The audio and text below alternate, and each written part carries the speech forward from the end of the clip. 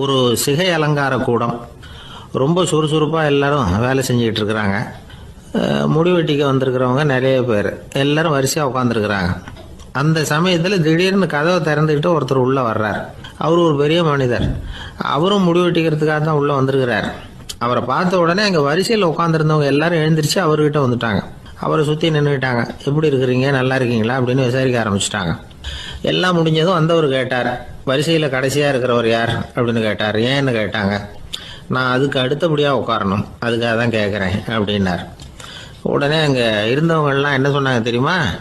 நீங்கள் வரிசையில் காத்திருக்கக்கூடாது, நீங்கள் அரசாங்கத்தின் தலைவர், உங்களுக்கு நேரம் முக்கியம், அதனால் நீங்கள் முன்னாடி போங்க அப்படின்னு சொன்னாங்க. ஆனால் அதை அவர் கேட்கல. தோழர்களே, உங்களுடைய கருத்துக்கு ரொம்ப நன்றி. எல்லாரும் வரிசையாக தான் வரணும், அதுதான் முறை.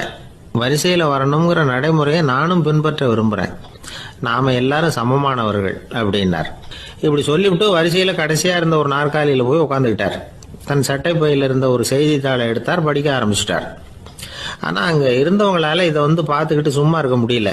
ஒருத்தர் எழுந்திரிச்சு வந்தார். ஐயா, இப்போ என்னுடைய முறை வந்திருக்குது, நான் தான் போக வேண்டிய முறை. உங்களை இங்கே காத்திருக்க வைக்கிறத விட ஒரு 5 ஆண்டுகளுக்கு கூட நான் முடி வெட்டிக்காமே இருந்துட முடியும் அப்படின்னார். அவர் மறுபடியும் சொன்னார், ஐயா, நீங்கள் வரிசை முறையை தாண்டி போக விருப்பப்படல, சரி, ஆனால் என்னுடைய முறையை மாற்றி கொடுக்கறதுக்கு எனக்கு முழு உரிமை இருக்குது. இதுக்கு பதிலாக உங்களுடைய கடைசி இடத்த நான் எடுத்துக்கிறேன், இதை நீங்கள் மறுக்க முடியாதுன்னார். அங்கே இருந்த மற்றவங்களும் இதை ஒரு மனசாக வற்புறுத்த ஆரம்பிச்சிட்டாங்க. அந்த பெரிய மனிதர் பார்த்தார், சரின்னு கடைசியாக ஒத்துக்கிட்டார். அவர் யார் தெரியுமா? அவர் தான் மாவீரர் லெனின். ரஷ்யாவில் கிரெம்ளின் சிகை அலங்கார கூடத்தில் தான் இது நடந்தது. எல்லாரும் இந்நாட்டு மன்னர்கள்னு வாயளவில் பேசுறதுல என்ன பிரயோஜனம்? நாம் எல்லாரும் சமங்கிறத நடைமுறையில் கடைபிடிச்சி காட்டினவங்க கொஞ்சம் பேர் தான். அவங்களில் ஒருத்தர் தான் லெனின். வரிசையில் நின்று வர்றதுங்கிறது ஒரு சிறந்த பண்பு, உயர்ந்த பண்பு. இன்றைக்கி பல இடங்களில் அது நமக்கு தேவைப்படுது. ஒரு ரேஷன் கடைவாசல், கடை திறக்கிறதுக்கு முன்னாடியே எல்லாரும் வரிசையில் நின்றுட்டாங்க. கடைசியாக வந்த ஒருத்தர் கியூவில் முன்னாடி போகிறதுக்கு முயற்சி பண்ணுறார். ஏற்கனவே நின்றுட்டு இருக்கிறவங்க அவரை முன்னாடி போகிறதுக்கு விட மாட்டேங்கிறாங்க. கடைசியாக போய் நில்லையா அப்படின்னு எல்லாரும் கத்துறாங்க. அது அவர் காதில் வாங்கலை. முண்டி அடிச்சுக்கிட்டு முன்னாடி போகிறதுக்கே முயற்சி பண்ணிகிட்டு இருக்கிறார். எல்லாரும் சேர்ந்து அவரை வலுக்கட்டாயமாக இழுத்து கொண்டாந்து பின்னாடி கொண்டு போய் நிறுத்திவிட்டாங்க. நிறுத்திவிட்டு சொன்னாங்க, இதை பாருப்பா, நாங்கள் இருக்கிற வரைக்கும் நீங்கள் முன்னாடி போய் எதையும் வாங்க முடியாது, தெரிஞ்சுக்கோ அப்படின்னாங்க. இப்போ அந்த ஆள் சொன்னாராம், நான் இங்கே பின்னாடி நிற்கிற வரைக்கும் நீங்களும் எதுவும் வாங்க முடியாது அப்படின்னாராம். ஏன்னு கேட்டிருக்கிறாங்க. நான் தான் அந்த கடையை திறக்க வேண்டிய ஆள் அப்படின்னா. ஒரு ஊரில் ஒரு மன்னன் இருந்தான், கொடுங்கோல் மன்னன். நிறைய தொந்தரவு பண்ணிக்கிட்டு இருந்தான். அவன் ஒரு தடவை என்ன பண்ணான் தெரியுமா? ஒரு தப்பும் பண்ணாத ஒரு இளைஞனை பிடிச்சி ஜெயிலில் அடைச்சுட்டான். அந்த பையனோட சொந்தக்காரங்கள்லாம் ராஜா கிட்ட போனாங்க. அவன் ஒரு தவறும் பண்ணலை, அவனை விடுதலை பண்ணுங்க அப்படின்னு கெஞ்சி கேட்டுக்கிட்டாங்க. மன்னன் யோசனை பண்ணான். அந்த இளைஞனை கூப்பிட்டுக்கிட்டு வர சொன்னான். அவனை கொண்டாந்து ராஜா முன்னாடி நிறுத்தினாங்க. இதை பாருப்பா, உன்னை நான் விடுதலை பண்ணுவேன், ஆனால் ஒரு கண்டிஷன். அந்த நிபந்தனையை நீ நிறைவேற்றினா உனக்கு விடுதலை அப்படின்னா மன்னன். சரின்னு ஒத்துக்கிட்டான் பையன். மன்னன் கண்டிஷன் என்னங்கிறத சொன்னான். உங்ககிட்ட ஒரு செம்மறி ஆட்டை கொடுக்க போகிறேன், 1 மாதத்துக்கு அதுக்கு தேவையான தீனியையும் கொடுக்க போகிறேன். 1 மாதம் கழித்து அந்த ஆட்டை எடை போட்டு பார்ப்பேன். அந்த ஆட்டின் எடை கொஞ்சம் கூட கூடி இருக்கக்கூடாது. எடை கூடி இருந்தால் உனக்கு விடுதலை கிடையாது. என்ன சொல்கிற அப்படின்னா. பையனுக்கு ஒன்றும் புரியல, பயமாக போட்டுது. குழம்பிக்கிட்டே நின்றுக்கிட்டு இருக்கிறான். சரி, ஒரு நாள் டைம் தரேன், நல்லா யோசனை பண்ணி பார்த்துட்டு நாளைக்கு உன் முடிவை சொல்லு அப்படின்னா மன்னன். பையன் கவலையோடு வெளியில் வந்தான். அங்கே ஒரு பெரியவர் நின்றுக்கிட்டு இருந்தார். அவர்கிட்ட விஷயத்தை சொன்னான். அந்த பெரியவர் இந்த பையனுக்கு காதோட காதாக ஒரு வழியை சொல்லி கொடுத்தார். அதை கேட்டதும் பையன் மறுபடியும் மன்னன் முன்னாடி நின்னா, உங்கள் நிபந்தனையை ஏற்றுக்கிறேன்னு சொன்னான். மன்னன் ஒரு ஆட்டுக்குட்டியையும் அதுக்கு 1 மாதத்துக்கு தேவைப்படுற தீவனத்தையும் கொடுக்கும்படியாக உத்தரவு போட்டான். கொடுத்தாங்க, ஓடிட்டு போயிட்டான். 1 மாதம் தினமும் தவறாமல் அந்த தீவனத்தை ஆட்டுக்குட்டிக்கு போட்டுக்கிட்டு இருக்கிறான். 1 மாதம் கழித்து அந்த ஆட்டை அரண்மனைக்கு ஓட்டிகிட்டு போனான். மன்னன் அதை எடை போட்டு பார்க்குறான், எடை கூடவே இல்லை, அப்படியே தான் இருக்குது. உடனே போட்ட நிபந்தனைப்படி அந்த இளைஞனை விடுதலை பண்ணிவிட்டான். சரி, ஆட்டுக்கு எடை கூடாமல் இருக்கிறதுக்கு அந்த பெரியவர் சொல்லி கொடுத்த யோசனை என்ன அப்படின்னா, அது வேற ஒன்றும் இல்லை. அந்த ஆட்டுக்கு எதிரில் அது கண்ணில் படுற மாதிரி ஒரு ஓனாயை கட்டி போட சொன்னார். அவ்வளவுதான். ஆட்டுக்கு ஓநாய்ங்கிறது பிறவி பகை. ஓநாயை பார்த்தா ஆடு நடுங்க ஆரம்பிச்சிரும், அவ்வளவு பயம். தினமும் அந்த ஆடு பயந்துகிட்டே தேனி சாப்பிட்டுது, எடை கூடல. அதுதான் ரகசியம். இது சின்ன பிள்ளைங்களுக்கான ஒரு கதை. இதுல இருந்து தெரிஞ்சுக்க வேண்டிய உண்மை என்னன்னா, நாமெல்லாம் சாப்பிட்றப்ப மனசும் உடம்பும் அமைதியா இருக்கணும். அப்பதான் அது உடம்புல ஒட்டும். அவசரத்திலையும் பயத்திலையும் சாப்பிட்டா அது சரியா ஜீரணமாகாது. இன்னொரு ராஜா இருந்தார். அவரும் ஒரு இளைஞனை ஜெயிலில் அடைச்சி விட்டார். விடுதலை பண்ணணும்னா ஒரு கண்டிஷன்னார். என்னன்னு கேட்டான். ஒரு ஆட்டுக்குட்டியை உன் முன்னாடி கொண்டாந்து நிறுத்துவேன், நீ அதுகிட்ட ஒரு கேள்வி கேட்கணும், அதுக்கு சரியான பதிலை சொல்லணும். அப்படி செஞ்சுட்டா உனக்கு விடுதலைன்னார். இளைஞன் யோசனை பண்ணி பார்த்தான், சரின்னு ஒத்துக்கிட்டான். அது பிரகாரமே ஆட்டுக்குட்டியை பதில் சொல்ல வச்சுட்டான். என்ன நடந்தது தெரியுமா? ஆட்டுக்குட்டியை கொண்டாந்து நிறுத்தினாங்க. இவன் மெதுவாக அதுகிட்ட போனான். அது காதுகிட்ட போய் ஏப்ரலுக்கு அடுத்த மாதம் என்ன மாதம்னு கேட்டான். அது உடனே மேன்னு கத்திச்சு. இவன் விடுதலை ஆயிட்டான். ஒரு நண்பர் வந்தார். ரொம்பவும் இறுக்கமாக உடை அணிஞ்சிருந்தார். அதாவது ஆடைக்குள்ளே அவர் மாட்டிக்கிட்டு இருந்தது மாதிரி தெரிஞ்சது. ஏன் துணி குறைச்சலாக எடுத்துட்டீங்களா அப்படின்னு கேட்டோம். இல்லைங்க, எனக்கு எப்போவுமே இறுக்கமாக உடை அணிகிறது தான் பிடிக்கும் அப்படின்னார். ஒருத்தர் எப்படி உடை அணிகிறார் அப்படிங்கிறத வச்சு அந்த ஆள் எப்படிப்பட்டவர் அப்படிங்கிறத கண்டுபிடிச்சிடலாம். உடை அணிகிற விதம் ஒருத்தருடைய மனநிலையை வெளிப்படுத்துதான். இப்போ இறுக்கமான உடை அணிகிறவங்க பொதுவாக மன நிம்மதி இல்லாதவங்களாக இருப்பாங்களாம், கோபக்காரங்களாக இருப்பாங்களாம். ரொம்ப தொலைதொலைப்பாக ஆடை அணிகிறவங்க இருக்கிறாங்கல்ல, அவங்கெல்லாம் அமைதியான ஆளாக இருப்பாங்களாம், சாந்தமாக இருப்பாங்களாம். இவங்கெல்லாம் போராடுறதுக்கு சரியாக வரமாட்டாங்களாம். இப்படி ஒரு கணிப்பு இருக்குது. அதனால தான் போர் வீரர்களுக்கெல்லாம் இறுக்கமான உடையை தான் கொடுக்கறது வழக்கம். ஆனால் சன்னியாசிகளை பாருங்கள், அவங்களுக்கெல்லாம் ரொம்ப தொலை உடைகள் தான். அவங்கெல்லாம் டைட் பேண்ட் போட்டுக்கிட்டு நிற்க மாட்டாங்க சன்னியாசிகள்லாம். அதே மாதிரி சன்னியாசிகள்லாம் காவி உடையை தேர்ந்தெடுக்கிறதுக்கும் காரணம் உண்டு. பல ஆண்டுகள் சோதனை செஞ்சு பார்த்துட்டு தான் சன்னியாசத்துக்கு காவி தான் சரி அப்படின்னு முடிவு பண்ணியிருக்கிறாங்க. இப்போ பௌதீக விஞ்ஞானப்படியும் அதுதான் சரி. அதாவது சூரிய ஒளியில் 7 வண்ணங்கள் உண்டு. ஒரு பொருள் மேலே அது விழும்பொழுது அந்த பொருள் நமக்கு சிவப்பாக தெரிஞ்சதுன்னா அந்த பொருள் சிவப்பை தவிர மற்ற எல்லா நிற கதிர்களையும் உள்வாங்கிக்கிட்டு சிவப்பு நிறத்தை மட்டும் வெளியில் விடுது. அதாவது விலக்கி விடுது. அதனால தான் அந்த பொருள் சிவப்பாக தெரியுது. உடல் ஆரோக்கியத்துக்கு ஓரளவு சிவப்பு தேவைப்படுது. அதனால தான் காவி உடை அணிஞ்சால் சூரிய ஒளி ஓரளவு சிவப்பை விலக்கிவிடும். அதாவது சிவப்பின் பலனும் கிடைக்கும், இந்த சிவப்பின் கெடுதலும் இல்லை அப்படின்னு யோசனை பண்ணாங்க. காவி உதய வேளையின் நிறம். கீழ் வானத்தில் கதிர் உதிக்கிற வேளையில் முதல் ஒளி தோன்றுகிற நேரத்தில் காவி நிறம் தான் கசியும்.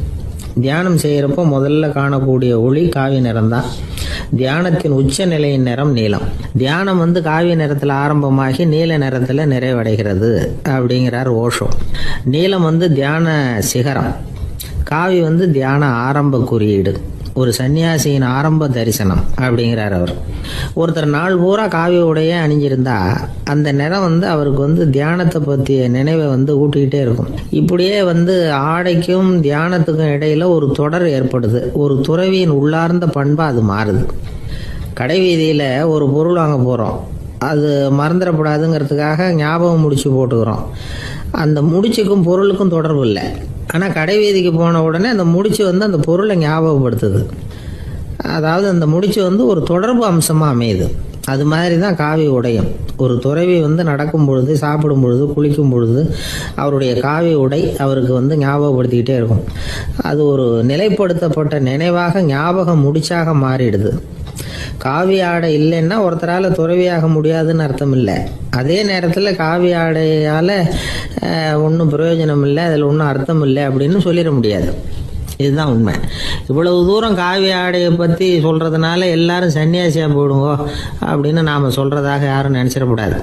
மனசுக்கும் நிறத்துக்கும் உள்ள சம்பந்தத்தை தெரிஞ்சுக்கிறதுக்காக தான் இவ்வளவும். நமக்கு தெரிஞ்ச நண்பர் ஒருத்தர் இருக்கிறார், ஆஃபீஸில் வேலை பார்க்குறவர். ஒவ்வொரு மாதமும் 20ஆம் தேதிக்கு பிறகு அவரை போய் பார்த்தீங்கன்னா காவி உடை அணிஞ்சிக்கிட்டு, கண்ணை மூடிக்கிட்டு, கை ரெண்டையும் விரித்து வச்சுக்கிட்டு தியானத்திலேயே உட்காந்துருப்பார். ஏன் இப்படி பண்ணுறீங்கன்னு கேட்டேன்.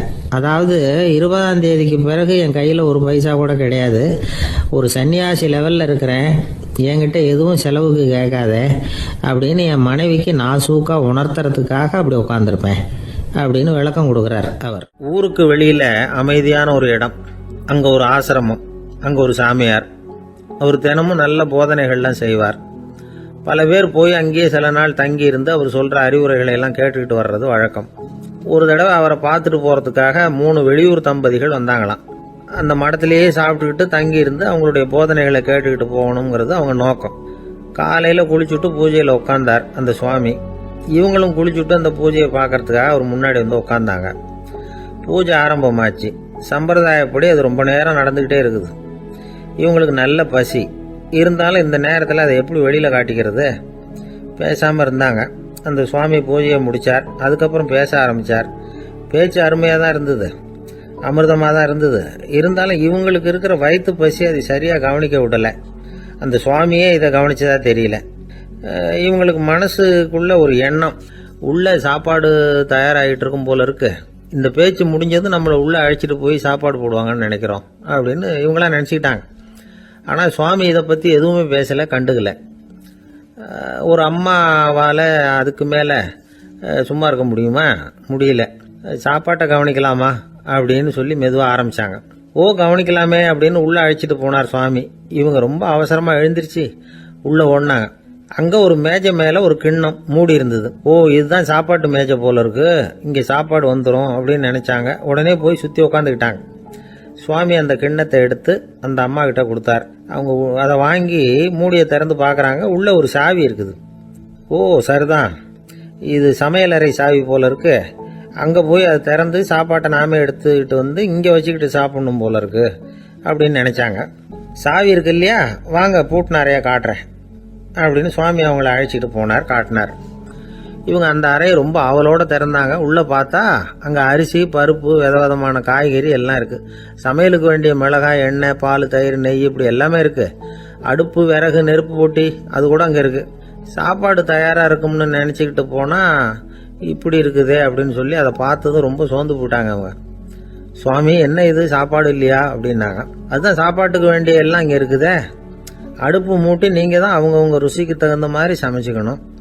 இந்த சன்னியாசிக்கு எப்படி சமைக்க தெரியும் அப்படின்னு கேட்டார் சுவாமி. சாப்பாடு தயாராக இருக்கும்னு நாங்கள் எதிர்பார்த்தோம் அப்படின்னாங்க. நீங்கள் இப்படி சொல்லுவீங்கன்னு நானும் எதிர்பார்த்தேன். இது வரைக்கும் நான் எவ்வளவோ தத்துவம்லாம் எடுத்து சொன்னேன். எல்லாத்தையும் விட இதுதான் அனுபவபூர்வமான தத்துவம்.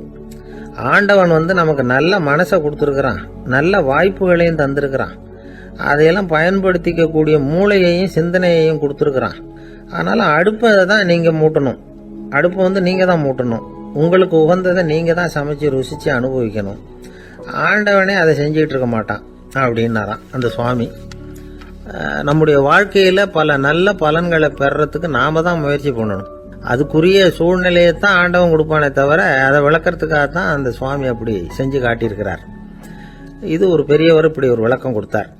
அதுக்கப்புறம் அந்த 3 தம்பதிகளும் தெளிவடைஞ்சுட்டாங்களாம். நாம் தெளிவடைகிறது எப்போங்கிறது தான் தெரியல அப்படின்னு பல பேர் இதை கேட்டுட்டு சொல்லிட்டு இருக்கிறாங்க. இந்த கதையை நம்முடைய நண்பர் ஒருத்தர்கிட்ட சொன்னேன். அந்த நண்பர் ரொம்ப சந்தோஷப்பட்டார். நீங்கள் சொல்கிறது கரெக்டு சார், ஆனால் நான் அதை விட ஒரு படி மேலே சார். எனக்கெல்லாம் அரிசி பருப்பு இருக்கிற ரூம் எதுன்னு கையை காட்டிட்டா போதும், உடனே கிண்ணத்துலேருந்து சாவியை எடுத்து கொடுக்கணுங்கிற அவசியம்லாம் இல்லை எனக்கு. அப்புறம் எப்படி ரூமை திறந்துருவீங்க அப்படின்னு கேட்டேன். பூட்டை உடைச்சி திறந்துருவேன், அதுதான் எனக்கு பழக்கம் அப்படிங்கிறார். வாழ்க்கையில வெற்றி பெற என்ன வழி? இது ஒரு முக்கியமான கேள்வி. இதுக்கு எல்லாரும் பொதுவாக சொல்ற ஒரு பதில், உழைச்சா வெற்றி பெறலாம் அப்படிங்கிறது தான். வாழ்க்கையில வெற்றி பெற உழைப்பு மட்டும் இருந்தா போதாது, நேர்மையும் வேணும் அப்படிங்கிறார் பால் ஹாஃப்மேன். இவர் யார் தெரியுமா? இவர் ஒரு பெரிய பொருளாதார நிபுணர். 2வது உலகப் போர் முடிஞ்ச சமயம் அப்போ இவர் அமெரிக்காவின் நிதி ஆலோசகராக இருந்தார். தன்னுடைய வாழ்க்கையில நடந்த பழைய நிகழ்ச்சி ஒன்று அவர் சொன்னார். இளம் வயசுல படிச்சு முடிச்சதும் அவர் வேலை தேடிக்கிட்டு இருந்தாராம். அப்போ ஒரு கால்நடை வைத்தியர்கிட்ட போய் வேலை கேட்டிருக்காரு. இவர் அங்க போன சமயத்துல அந்த டாக்டர் தன்னுடைய பழைய கார் ஒன்றை விற்பனை செய்யறதுக்காக வேற ஒருத்தர்கிட்ட பேரம் பேசிக்கிட்டு இருந்தார். வாங்க வந்தவர் இவர்கிட்ட அந்த காரை பற்றின விவரம்லாம் கேட்டுக்கிட்டு இருந்தார். கார் நல்ல நிலைமையில் இருக்குமா அப்படிங்கிற கவலை அவருக்கு. எல்லா விவரங்களையும் கேட்டுக்கிட்டு அவர் கடைசியா சொன்னார், டாக்டர், இந்த காரை நீங்களே என்னுடைய ஊருக்கு ஓட்டிட்டு வர வேண்டியது. கார் எந்த ரிப்பேரும் ஆகாம என்னுடைய ஊருக்கு சேர்ந்துட்டுதுன்னா அங்கேயே நான் பணம் கொடுத்து இந்த காரை வாங்கிக்கிறேன் அப்படின்னார். நம்ம கார் அவ்வளவு தூரத்துக்கு வழியில் எந்த கோளாறும் இல்லாமல் போய் சேருமா அப்படிங்கிற சந்தேகம் டாக்டருக்கு. அவர் என்ன செஞ்சார் தெரியுமா? தன்கிட்ட வேலை கேட்டு வந்திருந்த இளைஞர் பால் ஹாஃப்மேனை கூப்பிட்டார். அவர்கிட்ட சொன்னார், இதை பாருப்பா, இந்த காரை நீ அவருடைய ஊர் வரைக்கும் நல்லபடியாக ஓட்டிகிட்டு போய் சேர்த்துட்டீங்கன்னா உனக்கு நான் வேலை கொடுத்து விட்றேன். அது மட்டும் இல்லை, காரு விற்கிற தொகையில் கமிஷனும் கொடுக்குறேன், என்ன சம்மதமா அப்படின்னு கேட்டார். ஹாஃப்மேன் யோசனை பண்ணார். அதுக்கப்புறம் சரின்னு சொல்லி சம்மதிச்சார். கொஞ்ச நேரத்தில் அவரும் கார் வாங்க வந்தவரும் புறப்பட்டாங்க. இவர் ரொம்ப சிரமப்பட்டு வழியில் எங்கேயும் நிறுத்தாமல் காரை ரொம்ப சாமர்த்தியமாக ஓட்டிகிட்டு போய் சேர்த்துட்டார்.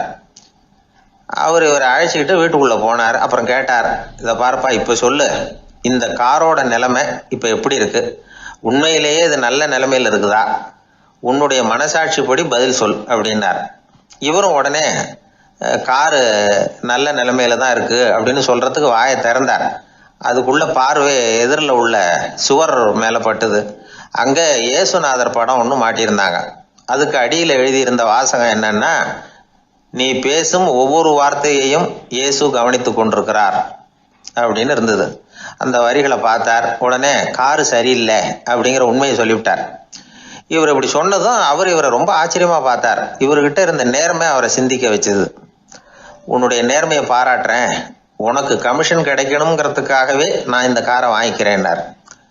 இப்போ அவர் திகைச்சு போய் நின்னார். மறுபடியும் அவர் சொன்னார், நீ காரை ஓட்டிட்டு வரும்பொழுதே உன்னுடைய திறமையை பார்த்தேன், உனக்கு விருப்பம் இருந்தால் நீ என்கிட்டயே வேலைக்கு சேர்ந்துடலாம் அப்படின்னார். பால் ஹாஃப்மேன் அவர்கிட்ட வேலைக்கு சேர்ந்தார். படிப்படியாக முன்னேறினார். கடைசியில் பார்த்தீங்கன்னா அமெரிக்காவினுடைய நிதி ஆலோசகராக ஆனார். அதுக்கப்புறம் அவர் அந்த பழைய சம்பவத்தை எப்பவும் மறக்கறதில்ல, அடிக்கடி சொல்கிறது உண்டு.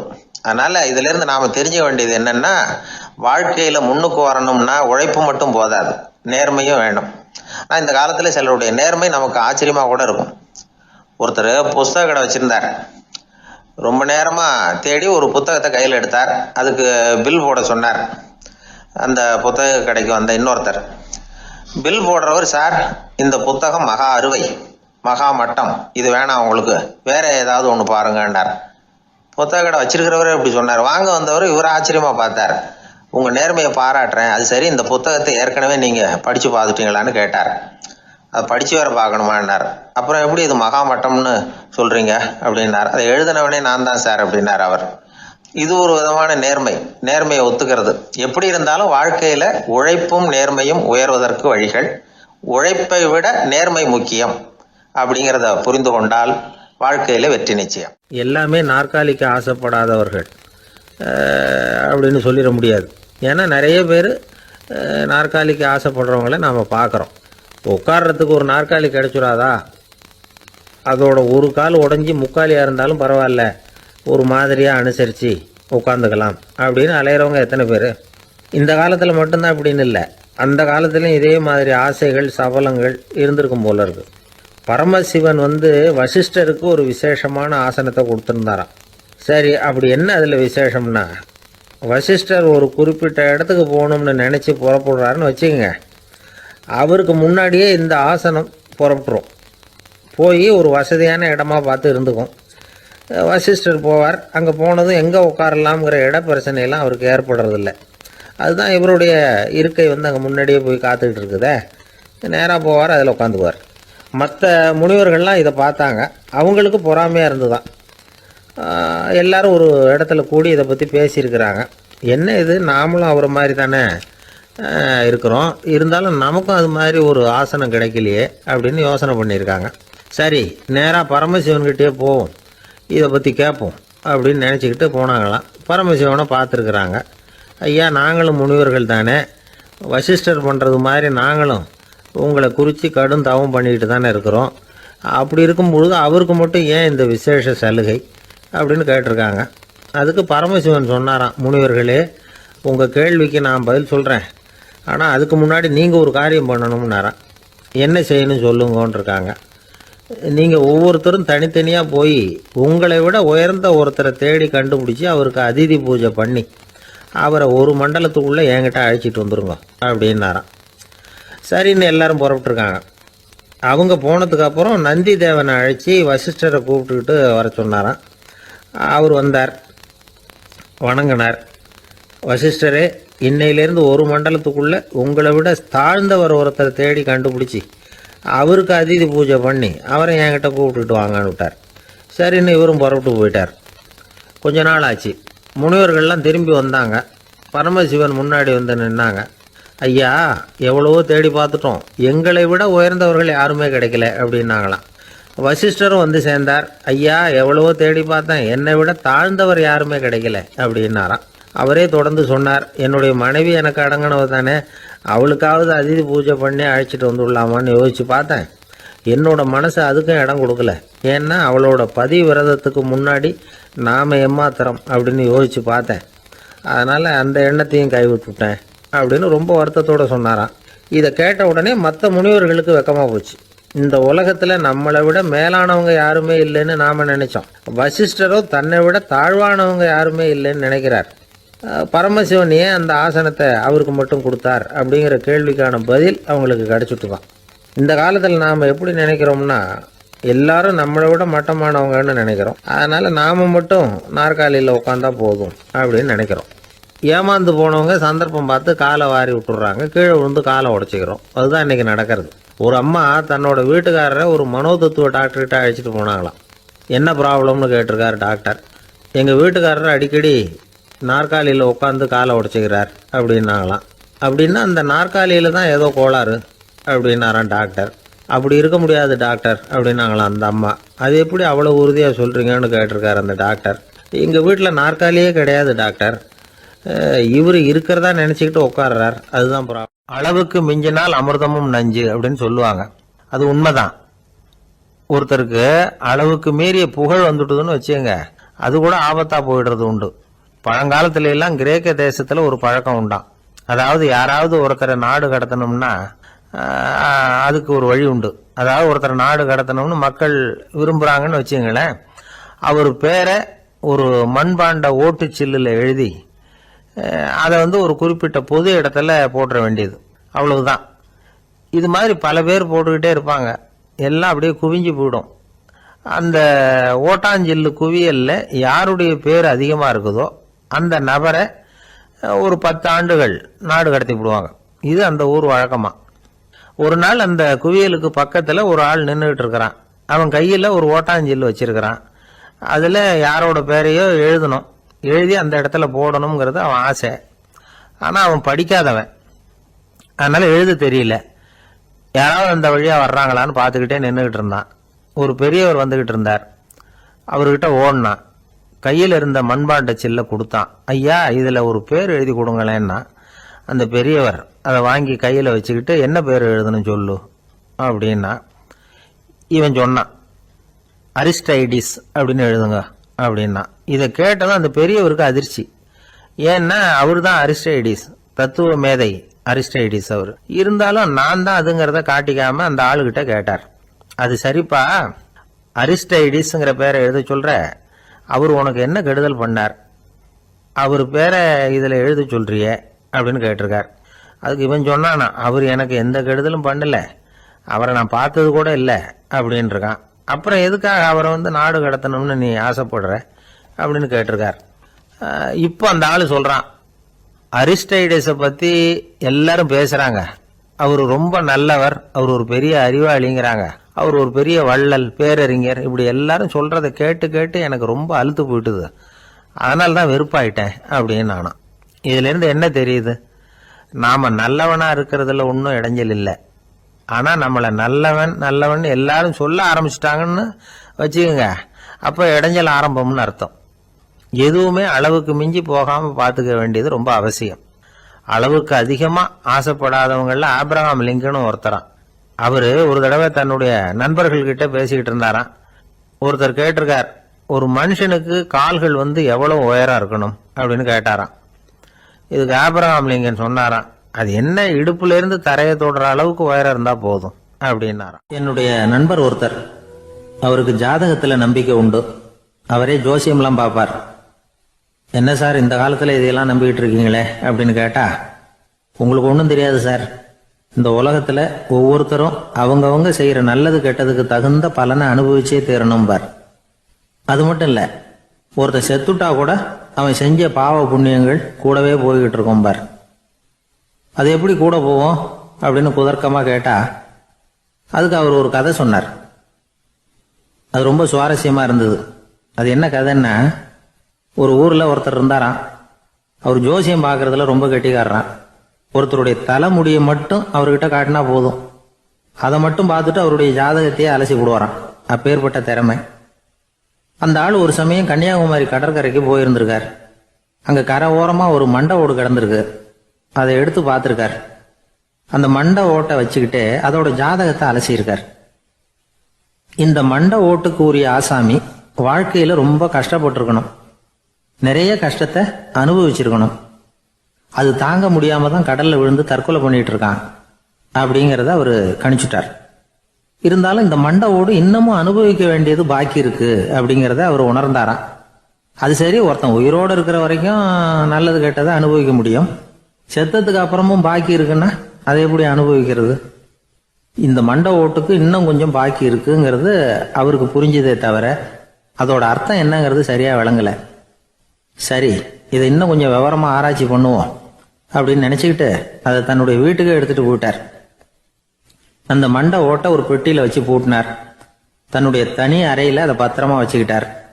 தினமும் ராத்திரி ஆனதும் தன்னுடைய மனைவியை பார்த்து, நீ போய் பூஜை அறையில தனியா படுத்துக்க அப்படின்னு சொல்லிவிட்டு தினம் ராத்திரி 12 மணிக்கு பெட்டியை திறந்து அவர் பார்ப்பார்.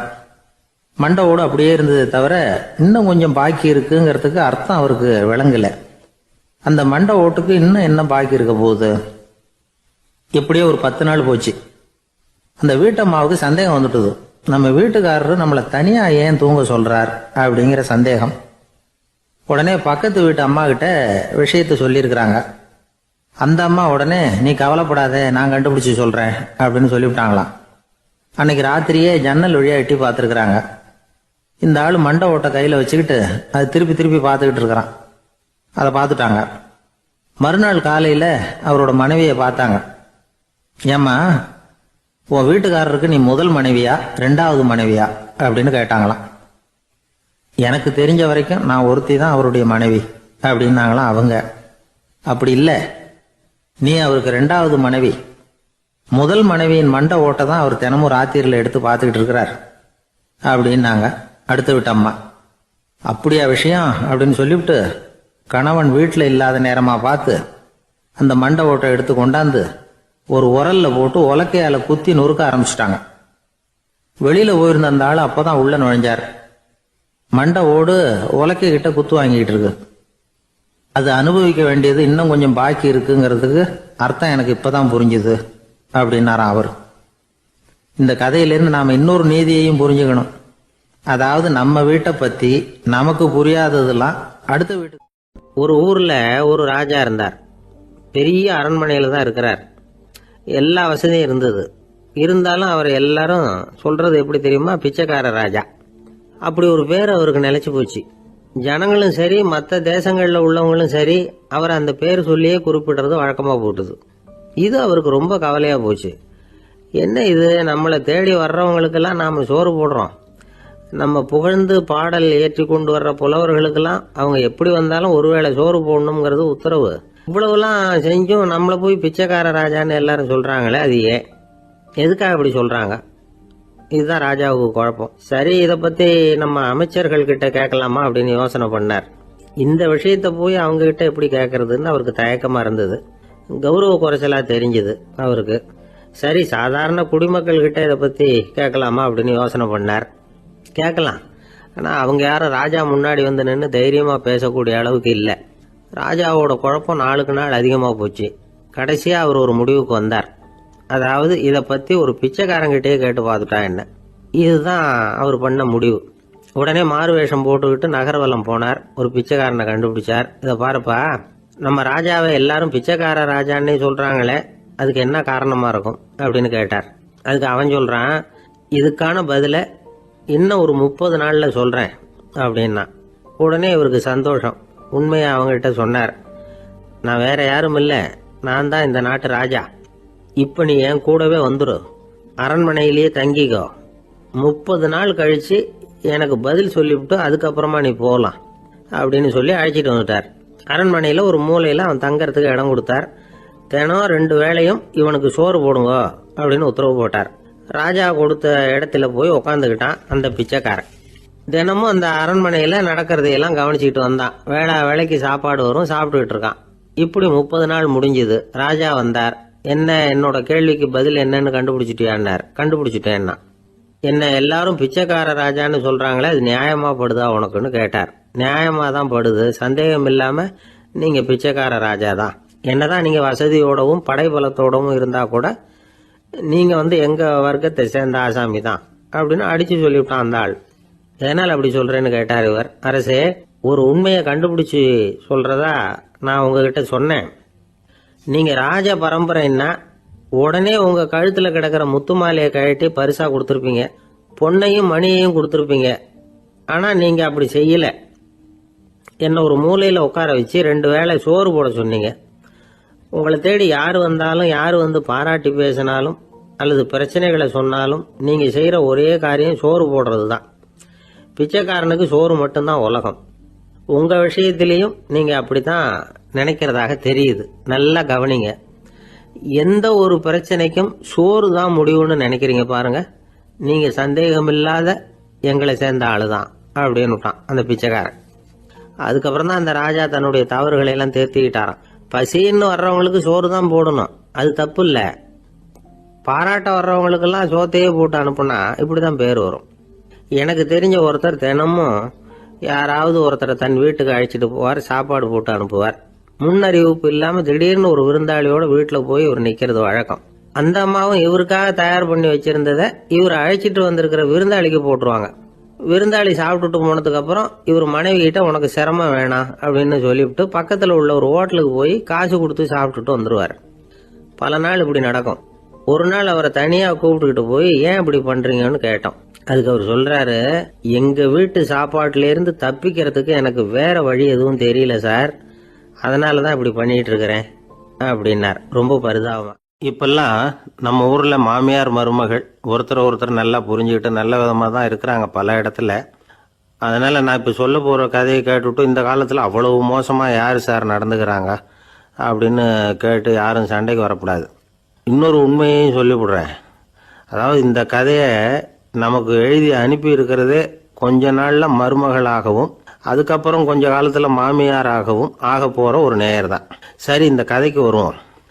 அதாவது ஒரு சின்ன குடும்பம், அந்த வீட்டில் மாமியார் ஆட்சி, அவங்க வச்சதுதான் சட்டம். பிள்ளையாண்டான் எப்படின்னா அம்மா சொல்றதையும் கேட்டுக்குவான், மனைவி சொல்றதையும் கேட்டுக்குவான். நமக்கு என்னத்துக்கு வம்புங்கிற டைப். மருமகள் பேரில் குறை கண்டுபிடிக்கிறதுலேயே அந்த மாமியாருக்கு ஒரு சுவாரஸ்யம். சின்ன சின்ன விஷயத்துல எல்லாம் குத்தம் கண்டுபிடிச்சிக்கிட்டே இருக்கிறாங்க. பொதுவாக எல்லாரும் எப்படின்னா ஏதாவது ஒரு காரணத்துக்காக சண்டை போட்டுக்கிட்டு இருப்பாங்க. அந்த அம்மா எப்படின்னா ஏதாவது ஒரு சண்டையை போடுறதுக்காக காரணத்தை தேடிட்டு இருப்பாங்க. அப்படி ஒரு மனசு. அந்த மருமக பொண்ணு பாவம் பயந்து பயந்து ஒவ்வொரு காரியமும் செஞ்சுக்கிட்டு வந்தது. இப்படியே பல வருஷம் ஓடி போட்டுது. அந்த மாமியாருக்கும் ரொம்ப வயசாயிட்டுது. இருந்தாலும் அந்த பழைய சுபாவம் மட்டும் மாறவே இல்லை. திடீர்னு ஒரு நாள் பக்கவாதம் வந்து அந்த அம்மாவுக்கு ஒரு பக்கம் கை கால் இழுத்துக்கிட்டுது. வாய் சுத்தமாக பேச முடியாமல் போயிட்டுது. சத்தம் மட்டும் வரும். ஒரு பக்கத்து கை காலை அசைக்க முடியும். பேசுறதெல்லாம் கையால் தான், அதாவது கை சைகையால். இப்படிப்பட்ட நிலைமையில கூட அந்த பொண்ணு தண்ணியோ பாலோ இவங்க எதிரில் கொண்டாந்து வச்சா அதை வேணும்னே தட்டி விட்டுட்டு ஒம்பு வளர்க்கறது. அதுக்கப்புறம் அந்த பொண்ணு தரையை சுத்தப்படுத்தும்ல, அதை பார்த்து ரசிக்கிறது. இருந்தாலும் அந்த பொண்ணு இதையெல்லாம் பெருசுப்படுத்தாமல் ரொம்ப பொறுமையாக தான் இருந்தது. ஒரு நாள் வீட்டில் வச்சிருந்த பாலை பூனை குடிச்சிட்டு போயிட்டுது. வயசான காலத்தில் இந்த அம்மா பால் இல்லாமல் கஷ்டப்படுவாங்களே அப்படின்னு நினச்சி பக்கத்து வீட்டில் போய் கொஞ்சம் பால் வாங்கிட்டு காய்ச்சி மாமியார் முன்னாடி கொண்டாந்து வச்சுது அந்த பொண்ணு. வழக்கம் போல் அந்த அம்மா பாலை தட்டி விட்டுட்டாங்க. இதை அந்த மருமக பொண்ணு கவனிச்சுட்டுது. இவ்வளவு நாள் பொறுமையாக இருந்த இந்த மருமகளுக்கு இன்னைக்கு இதை பார்த்து தான் அசாத்திய கோபம் வந்துட்டுது. கதவுக்கு பக்கத்தில் சாத்தி வச்சிருந்த உலக்கையை எடுத்து மாமியார் தலையில் போட, அது குறி தவறி கழுத்தில் பட, அந்த அம்மா கழுத்தை பிடிச்சிக்கிட்டு ஊன்னு கத்த, இந்த பொண்ணு ஒன்றும் அலட்டிக்காம உலக்கையை எடுத்து மறுபடியும் கதவு பக்கம் சாத்தி வச்சுட்டு அது பாட்டுக்கு நடந்து போயிட்டுது. இருந்தாலும் மனசுக்குள்ள லேசாக ஒரு பயம். கணவன் வீட்டுக்கு வந்ததும் என்ன விஷயம்னு கேட்டால் எப்படி சமாளிக்கிறது. அன்னைக்குன்னு பார்த்து ரொம்ப நேரம் கழித்து வீடு வந்து சேர்ந்தான் கணவன். உடனே அந்த அம்மா புகார் பண்ண ஆரம்பிச்சுட்டுது. பேச்சு தான் வராத, அதனால் ஒரு பக்கத்து கையால் சைகை காட்டுது. கதவுக்கு பக்கத்தில் இருந்த உலக்க பக்கமாக கையை நீட்டி காட்டி அப்படியே அந்த கையை தன் கழுத்துக்கு பின்பக்கமாக சுற்றி காட்டி நாக்கை வெளியில் நீட்டி நடந்த விஷயத்தை புரிய வைக்கிறதுக்கு முயற்சி பண்ணுது. இவனுக்கு ஒன்றும் புரியல, என்ன சொல்கிறாங்க அம்மா அப்படின்னு மனைவிகிட்ட கேட்குறான். அதுக்கு அந்த பொண்ணு ரொம்ப புத்திசாலித்தனமா, என்னங்க உங்கள் அம்மா சொல்கிறது உங்களுக்கு இன்னும் புரியலையா? அவங்க உங்களை பார்த்து என்ன சொல்கிறாங்கன்னா, ஏன்டா உலக்க மாதிரி நிற்கிற, சாக போகிற எனக்கு சங்கிலி எதுக்கு, என் கழுத்தில் கிடக்கிற இந்த சங்கிலியை கழட்டி என் மருமக கழுத்தில் போடுறா அப்படின்னு சொல்கிறாங்க அப்படின்னு தான். ஓ அப்படியா விஷயம்னு சொல்லி அம்மா கழுத்தில் இருந்த சங்கிலியை எடுத்து மனைவி கழுத்தில் போட்டுட்டு, அம்மா உன் விருப்பப்படியே போட்டாச்சு, இனிமேலாவது நிம்மதியாக படுத்து தூங்கு அப்படின்னு சொல்லிவிட்டு உள்ளே போயிட்டான். பார்த்தீங்களா கதையை? அதனால தான் மாமியார்கள் சைகை காட்டுறதுன்னா கூட இனிமேல் ஜாக்கிரதையாக இருக்கணும். 2 பேர் சுவாரஸ்யமாக பேசிகிட்டு இருக்கிறப்போ குறுக்க புகுந்து தொந்தரவு பண்ணுறதுக்குன்னே சில பேர் இருப்பாங்க. அது ரொம்ப இடைஞ்சலாக இருக்கும். இதே மாதிரி மின்காந்தம் கூட குறுக்க புகுந்து தொந்தரவு பண்ணும். கடைசியில் அது ஒரு பெரிய இடைஞ்சலில் கொண்டாந்து விட்டுரும். சில வீடுகளில் கேபிள் கனெக்ஷன் இல்லாமல் சில தனியார் டிவி காட்சிகள் தெரியும். அதுக்கு என்ன காரணம்னா இந்த மின்காந்த குறுக்கீடு தான் காரணம். இதைத்தான் சுருக்கமாக இஎம்ஐ அப்படின்னு சொல்கிறாங்க. அதாவது எலக்ட்ரோ மேக்னெட்டிக் இன்டர்ஃபியரன்ஸ். இது ஏற்படக்கூடிய இடங்கள் எது எதுன்னு எடுத்துக்கிட்டா அது ஒரு பெரிய பட்டியலாகவே போயிடும். இந்த இஎம்ஐ தொந்தரவு கேபிள் டிவியில் மட்டும்தான் இல்லை, ராக்கெட் ஏவுதளத்தில் உள்ள ரேடார்கள், அங்கே உள்ள சில சக்தி வாய்ந்த தொலைத்தொடர்பு சாதனங்கள், விமான தளங்களில் உள்ள ரேடார்கள், கப்பல் தளங்களில் பொருத்தப்பட்டிருக்கக்கூடிய சக்தி வாய்ந்த ஆண்டனாக்கள், இப்படி நிறைய சொல்லலாம். காவல் நிலையங்களில் பயன்படுத்தப்படுகிற வயர்லெஸ் தொடர்பு சாதனங்கள் கூட ஓரளவுக்கு இந்த மின்காந்த அலைகளை வெளியிடும். நம்ம வீட்டில் உட்காந்துக்கிட்டு ரேடியோ கேட்டுக்கிட்டு இருப்போம் அல்லது டிவி பார்த்துக்கிட்டு இருப்போம். அந்த சமயத்தில் பக்கத்து தெருவில் ஒரு மோட்டார் சைக்கிள் அல்லது காரு, குறிப்பாக பெட்ரோல் இன்ஜின், அது போகிறப்போ அதில் உள்ள மின்கலத்தில் அதாவது மேக்னட்டோ பேட்டரியிலிருந்து வெளிப்படுகிற மின்காந்த அலை இங்கே டிவியிலையும் ரேடியோவிலையும் கரகரப்பு உண்டு பண்ணும். சரி, இது பெருசாக என்ன இடைஞ்சலை உண்டு பண்ணிட போகுது அப்படின்னு நாம் அலட்சியமாக நினைக்கலாம். வயசானவங்களுக்கு மறதி நோயின்னு ஒன்று வரும்ல, அல்ஷமீர், அதாவது மூளையில் உள்ள செல்கள் செயலிழந்து போயிடுறது, அது செய்ய வேண்டிய வேலையை மறந்துடும். மனைவியே எதிரில் நின்னா கூட உன்னை எங்கேயோ பார்த்தது மாதிரி தெரியுதே அப்படின்னு சொல்லிட்டு இருப்பாங்க. அப்படி ஒரு மறதி. இந்த விசித்திரமான நோய்க்கு இதுவரைக்கும் மருந்தே இல்லைன்னு வேற சொல்றாங்க. இந்த மைக்ரோ ஓவன் அப்படின்னு சொல்லக்கூடிய சமையல் அடுப்புகள் கூட மின்காந்த அலைகளை வெளியிடுது. சமயத்தில் சில தொழிற்சாலைகளில் கூட பெரிய விபத்துக்களை இந்த இஎம்ஐ உண்டு பண்ணிவிடும். இதை பற்றி தீவிரமாக சிந்திக்க ஆரம்பிச்சதே ஒரு விபத்துக்கு பிறகுதான். அமெரிக்காவுக்கும் வியட்நாமுக்கும் இடையில போர் நடந்தது. அந்த சமயம் அமெரிக்காவுக்கு சொந்தமான விமானம் தாங்கி கப்பல் ஒன்று வியட்நாமை தாக்கிறதுக்கு தயாராக ஏவுகணைகளோட கடலில் நிறுத்தி வைக்கப்பட்டிருந்தது. தற்செயலாக அந்த பகுதியில் கப்பல் தொலைத்தொடர்பு பகுதிக்கு அருகில் ஊடுருவிய அந்த சக்தி வாய்ந்த ரேடியோ அலைகள் ஏவுகணையில் இருந்த மின்னணு சர்க்கியூட்டை பூர்த்தி செஞ்சு வச்சுட்டுது. அவ்வளவுதான், ஏவுகணை அங்கேயே வெடிச்சு செதறி போச்சு. 130 பேர் அந்த இடத்துலயே உடல் கருகி செத்து போட்டாங்க. ஏகப்பட்ட பொருள்கள் நாசம். இந்த விபத்துக்கான காரணம் என்னங்கிறத உடனடியாக யாராலையும் கண்டுபிடிக்க முடியல. ரொம்பவும் கடுமையாக முயற்சி பண்ணி கடைசியாக கண்டுபிடிச்சாங்க, இது இந்த இஎம்ஐ வேலை தான் அப்படின்னு. மின்னணு தொலைபேசிகள் இருக்கு, இதில் பேசும்பொழுது நம்ம காதை அதாவது செவியை ஊடுருவக்கூடிய மின்காந்த அலையானது மூளைக்கு போய் அங்கே மூளை கட்டிகளை உருவாக்க ஊக்கம் கொடுக்குது அப்படின்னு வேற கண்டுபிடிச்சிருக்கிறாங்க. இந்த இஎம்ஐ ரொம்ப குறைஞ்ச மின்காந்த அழுத்தத்தில் நமக்கு எந்த பாதிப்பையும் ஏற்படுத்துறதில்லை. மின்காந்த அலைகள் அழுத்தத்தோடு இருக்கிற இடங்களில் ரொம்ப நேரம் இருந்தோம்னா நம்ம உடம்பின் வெப்பநிலை 2 டிகிரி செல்சியஸ் வரைக்கும் அதிகரிக்குதாம். அதனால் வெப்பநிலையை சீராக்கிறதுக்கு இதய துடிப்பும் அதிகரிக்குது. இப்படிலாம் கண்டுபிடிச்சிருக்கிறாங்க. இப்பெல்லாம் இந்த மின்காந்த குறுக்கீடுகளை தடுக்கிறது எப்படி அப்படின்னு விஞ்ஞானிகள் யோசனை செய்ய ஆரம்பிச்சிருக்கிறாங்க. இந்த விஷயத்தில் அலட்சியமாக இருந்தோம்னா எதிர்காலத்தில் நிறைய பேருக்கு இந்த ஞாபக மறதி நோய் வந்துடும். அப்புறம் அது ரொம்ப கஷ்டமாக போயிடும். ஒரு குடும்ப தலைவர் தன் மனைவியை பார்த்து, யார் நீ, உன்னை எங்கேயோ பார்த்தது மாதிரி இருக்குதே அப்படின்னு சொல்லிட்டு இருந்தார். உடனடியாக அவரை போய் பார்த்தேன். வாங்க டாக்டர்கிட்ட போகலாம் அப்படின்னேன். அவர் என்னை தனியாக அழைச்சிட்டு போய் காதோட காதாக மெதுவாக சொல்கிறார், இதை பாருப்பா, என் கையில் பணம் இல்லாத போகலாம் அப்படி மறதி நோய் வந்துவிட்டது மாதிரி நடிச்சுக்கிட்டு இருப்பேன், அவ்வளவுதான், அதை நீ கண்டுக்காத அப்படின்னார். ஒரு பெரிய பியானோ கலைஞர் வியன்னாவில் இருந்தார். ரொம்ப புகழ்பெற்ற இசை கலைஞர் அவர். இங்கிலாந்து மகாராணி விக்டோரியா அவருடைய சங்கீதத்தை கேட்கணும்னு ஆசைப்பட்டாங்க. அவரை அரண்மனைக்கு கூப்பிட்டாங்களாம். பியானோ வாசிக்க சொல்லி கேட்டாங்களாம். இவரும் ரொம்ப பிரமாதமாக வாய்ச்சி காட்டியிருக்கார். உடனே பாராட்டி பரிசுகள்லாம் கொடுத்து அனுப்புனாங்களாம். அந்த இசையை கேட்கறதுல அரசிக்கு ரொம்பவும் ஆர்வம் உண்டு. அதனால அதுக்கப்புறமும் அந்த கலைஞர் அடிக்கடி அரண்மனைக்கு வர வேண்டிய அவசியம் ஏற்பட்டது.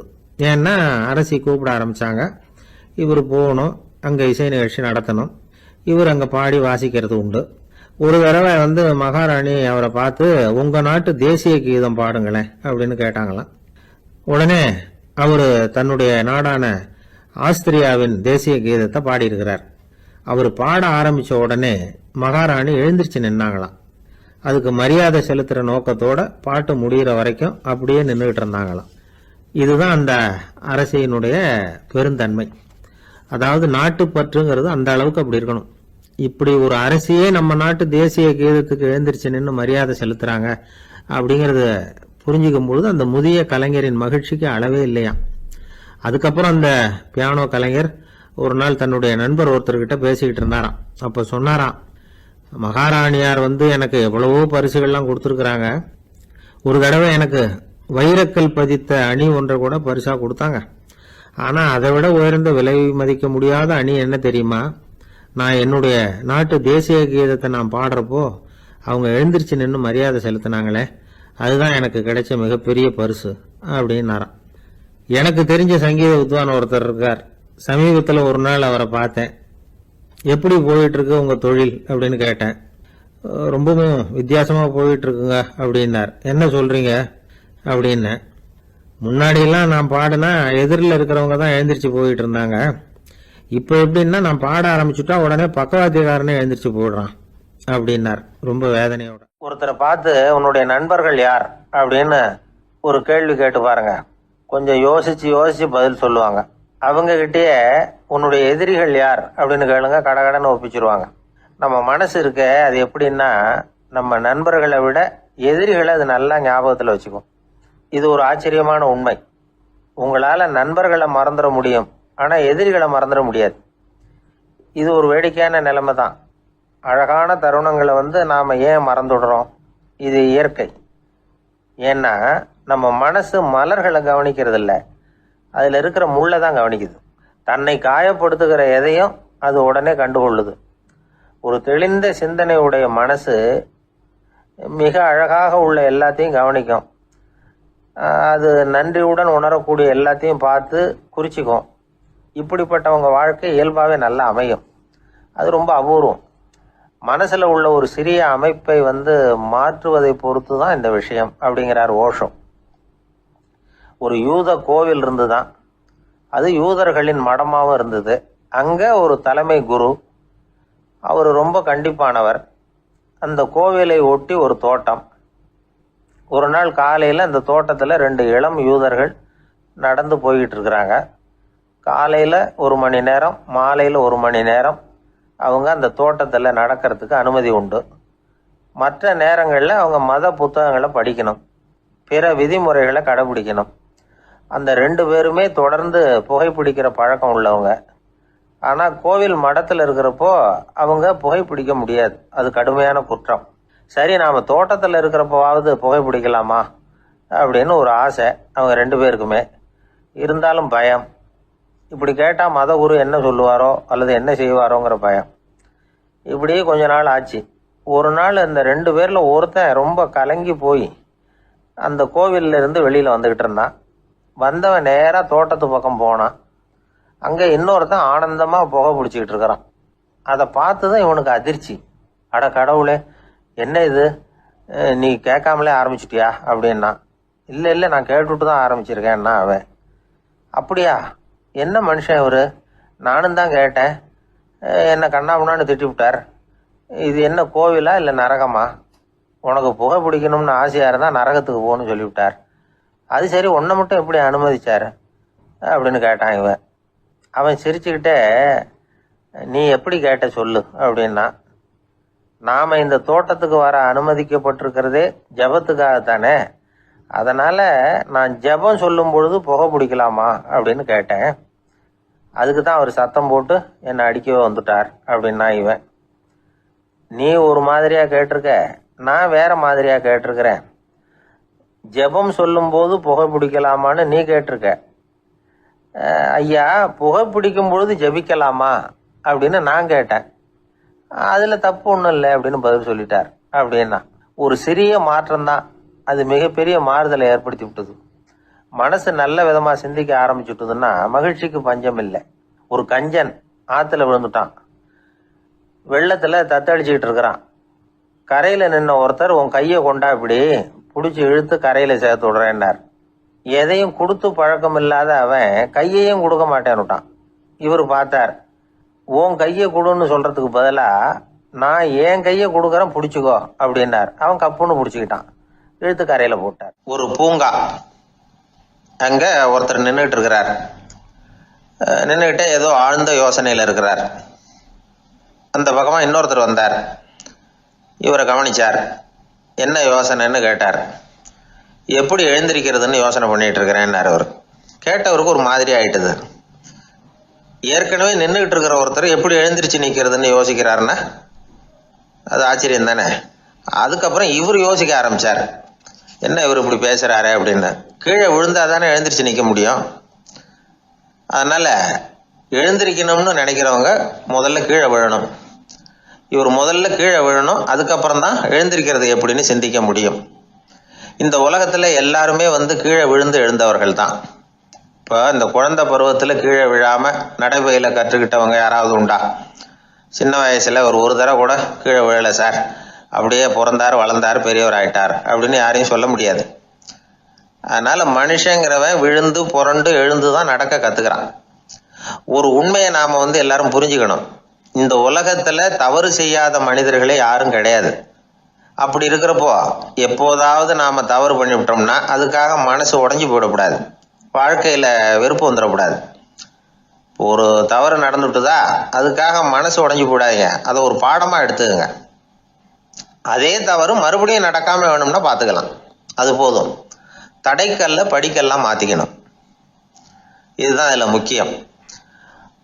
ஒரு அலுவலகம், அங்க ஒரு அதிகாரி, அவர் உயர்ந்த பதவியில் இருந்தார், சிறந்த நிர்வாகின்னு பேர் வாங்கினவர்.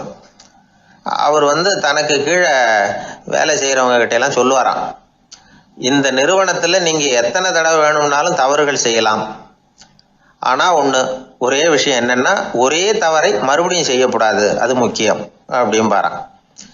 இதை மேம்போக்கா பார்த்தா அவர் ஏதோ தன்னுடைய ஊழியர்களை தவறு செய்ய தூண்டுறது மாதிரி தெரியும். ஆனா உண்மை அப்படி இல்லை. இன்னைக்கு என்ன நடக்குது தெரியுமா? அநேகமா எல்லா மனிதர்களுமே ஒரே தவறை தான் மறுபடியும் மறுபடியும் செய்யறாங்க. விளையாட்டு வீரர்கள் ஒரே மாதிரியான தவறுகளை திரும்ப திரும்ப செய்யறது உண்டு. கணக்கு எழுதுறவங்கள பாருங்க, ஒரே தப்பை மறுபடியும் மறுபடியும் செய்வாங்க. அலுவலகம் வருகிறவர்களை கவனிங்க, ஒரு நாள் தாமதமா வந்தா பரவாயில்ல, தினமும் தாமதமா வருவாங்க. இது மாதிரி செய்த தவறையே திரும்ப திரும்ப செய்யறதுக்கு என்ன காரணம் அப்படின்னா சோம்பல், ஞாபக மறதி, கவனக்குறைவு, தன்னுடைய திறமை பேர்ல அளவுக்கு மீறிய நம்பிக்கை, இப்படி இதில் ஏதாவது ஒரு காரணமா இருக்கலாம் அப்படிங்கிறாங்க இது பற்றி ஆய்வு செய்கிற வல்லுநர்கள். ஒரு தடவை செஞ்ச தவிர மறுபடியும் செய்யறது இல்லைன்னு முடிவு செஞ்சுக்கிட்டு அதை செயல்படுத்த கத்துக்கணும், அது போதும், வாழ்க்கை வெற்றிகரமா அமையும் அப்படிங்கிறாங்க அந்த அனுபவசாலிகள். அதனால வெற்றிகரமா வாழ்க்கையில நடைபோட விரும்பும் இளைஞர்கள் தவிர்க்க வேண்டியது என்னன்னா, முதல்ல சோம்பலை தவிருங்கள், சுறுசுறுப்பாக இயங்குங்கள் அப்படிங்கிறது அவங்க அறிவுரை. ரெண்டாவது ஞாபக மறதி, எந்த செயல்லையும் ஈடுபாடு வேணும், அக்கறை வேணும். மூணாவது கவனக்குறைவு, எதையும் அலட்சியப்படுத்தக்கூடாது. நாலாவது என்னால முடியாதது எதுவுமே கிடையாது அப்படிங்கிற அளவுக்கு மீறிய நம்பிக்கை, அது ஆபத்துல கொண்டு போய் விட்டுரும். அதனால முதல் தவறு உங்களுக்கு ஒரு பாடமா அமையணும். ஒரு மனிதர், அவர் தன்னுடைய 2 காதுலையும் கட்டு போட்டுக்கிட்டு வந்தார். அவருடைய நண்பர் அதை கவனிச்சுட்டார். என்ன சார் ஆச்சு, 2 காதுலையும் கட்டு போட்டுருக்கீங்களே அப்படின்னு விசாரிச்சார். ஒண்ணுமில்ல சார், வீட்டில் ரொம்ப ஆர்வமா டிவியில கிரிக்கெட் மேட்ச் பார்த்துக்கிட்டு இருந்தேன். அப்போ என்னுடைய மனைவி துணிகளுக்கு அயர்ன் பண்ணிட்டு இருந்தாங்க. அயர்ன் பாக்ஸை அப்படியே வச்சுட்டு அடுப்பங்கரைக்கு போயிட்டாங்க. அந்த சமயம் பார்த்து டெலிஃபோன் பண்ணி அடிச்சுது. அவசரமா ஓடி போய் அதை எடுத்து காதில் வச்சேன். அப்போதான் தெரியும் அது அயர்ன் பாக்ஸுங்கிற விஷயம். சூடா இருந்ததா, சுட்டு விட்டுது அப்படின்னாரு. 1 காது சரி சார், 2 காதும் ஏன் அப்படி ஆச்சு அப்படின்னு கேட்டார். அதே ஆளு மறுபடியும் ஃபோன் பண்ணான் சார் அப்படின்னாரு இவர் எவ்வளவு தூரம் யோசிச்சிருப்பாரு பாருங்க. அதனால ஒரு தவறு மறுபடியும் நடக்கக்கூடாது. முதல் தவறு உங்களுக்கு ஒரு பாடமாக அமையட்டும் அப்படிங்கிறது தான் இதுல இருந்து நாம தெரிந்து கொள்ள வேண்டிய கருத்து. அதனால தவறுகள் அதெல்லாம் தடைக்கெல்லாம் நினைக்க வேண்டாம், படிக்கெல்லாம் நினைப்போம். அப்படி நினைச்சோம்னா வாழ்க்கையில வெற்றி நிச்சயம். ஒரு ராஜா இருந்தார். அவர் ஒரு பெரிய கோயில் கட்டினார். பல ஊர்கள்ல இருந்து சிற்பிகள்லாம் கொண்டுகிட்டு வந்தார். அழகழகா சிற்பங்களை செய்ய சொன்னார். ஊர்ல உள்ள ஜனங்களும் கோயில் கட்டுறதுக்கு அவங்களால முடிஞ்ச உதவியை செஞ்சாங்க. ராத்திரி பகலா வேலை நடக்குது. கோயில் கொஞ்சம் கொஞ்சமா வசந்துகிட்டே வந்துட்டுது. அந்த ஊர்ல ஒரு வயசான அம்மா இருந்தாங்க, ரொம்ப ஏழை. அவங்களுக்கு மனசுக்குள்ள ஒரு உறுத்தல், இந்த ஊர்ல எல்லாரும் இந்த கோவில் கட்டுறதுக்கு அவங்களால முடிஞ்ச உதவியை பண்ணிட்டு இருக்கிறாங்க, நம்மளால ஒன்றும் பண்ண முடியலையே அப்படின்னு நினைச்சு கவலைப்பட்டாங்க. அவங்களுக்கு மனசு கேட்கல, ஏதாவது செய்யணும் நம்மளால முடிஞ்சது அப்படின்னு யோசனை பண்ணாங்க. நல்ல வெயில் நேரத்துல சிற்பிகள்லாம் ரொம்ப சிரமப்பட்டு சிலை வடிச்சுக்கிட்டு இருக்கிறாங்கல்ல, அவங்களுக்கு அந்த நேரம் தாகம் எடுக்குமே. அதனால சிரமப்பட்டு ஒரு குடத்துல தண்ணியை எடுத்துக்கிட்டு அதை இடுப்புல வச்சுக்கிட்டு மெதுவா கொண்டுகிட்டு அங்க போறது அப்படின்னு முடிவு பண்ணிட்டு அந்த அம்மா போச்சு. அங்க போய் வேலை செய்யறவங்களுக்கு தாகம் எடுக்கிற போலாம் ஒரு கோவலையில தண்ணியை எடுத்து கொடுத்துக்கிட்டு இருக்கிறது. இப்படியே பண்ண ஆரம்பிச்சுட்டு அந்த அம்மா. ஏதோ அந்த அம்மாவால முடிஞ்ச ஒரு சின்ன உதவி இது. இப்படி கொஞ்சம் கொஞ்சமா வேலை நடந்தது. கோபுரம் வசந்தது, எல்லா வேலையும் முடிஞ்சது. இனிமே கடைசியா கற்ப கிரகத்தின் மேல விமானம் அமைக்க வேண்டியதுதான் பாக்கி. அந்த வேலையும் ஆரம்பமாச்சு. அந்த சிற்பிகள்லயே அனுபவசாலியான ஒருத்தர் இந்த அம்மாவை தேடிட்டு வந்தார். பாட்டி, உங்ககிட்ட இருக்கிற ஏதாவது ஒரு பொருளை கொடுங்க, அந்த விமானத்துல வைக்கலாம் அப்படின்னு நாங்க நினைக்கிறோம் அப்படின்னார். இந்த அம்மாவுக்கு ஒன்றும் புரியல. ஏதாவது இருந்தாவில கொடுக்கலாம், எதுவும் இல்லையே, என்ன பண்றது யோசனை பண்ணாங்க. இத பாருப்பா, என்கிட்ட என்ன இருக்கு, இந்த வாசப்படியில கிடக்குது, இந்த கல்லு தான் இருக்குது, வேணும்னா இத எடுத்துட்டு போங்க அப்படின்னாங்க. உடனே அந்த கல்லை பேத்து எடுத்துட்டு போயிட்டாங்க அவங்க. அங்க போய் பார்த்தா என்ன ஆச்சரியம், அந்த விமானத்து உச்சியில கலசங்களை அமைக்கிறதுக்கான பிரம்ம எந்திரத்தை மூடுற கருங்கல் ஒண்ணு தேவையா இருந்தது.